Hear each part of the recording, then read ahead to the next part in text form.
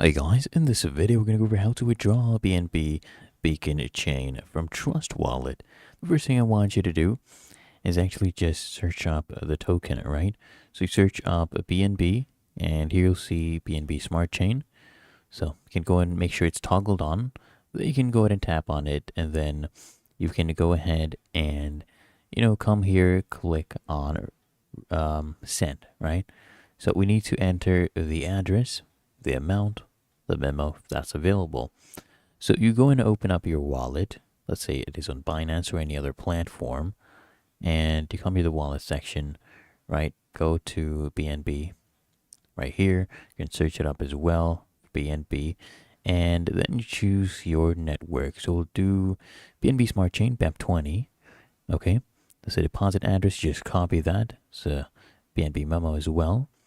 So you go back to Trust Wallet, you paste in the address, you go ahead and enter the amount, okay? Then the memo, you can go ahead and copy paste that as well, and you finalize the withdrawal. Really that easy. If you found this helpful, make sure you smash that like button, subscribe to App Mentor.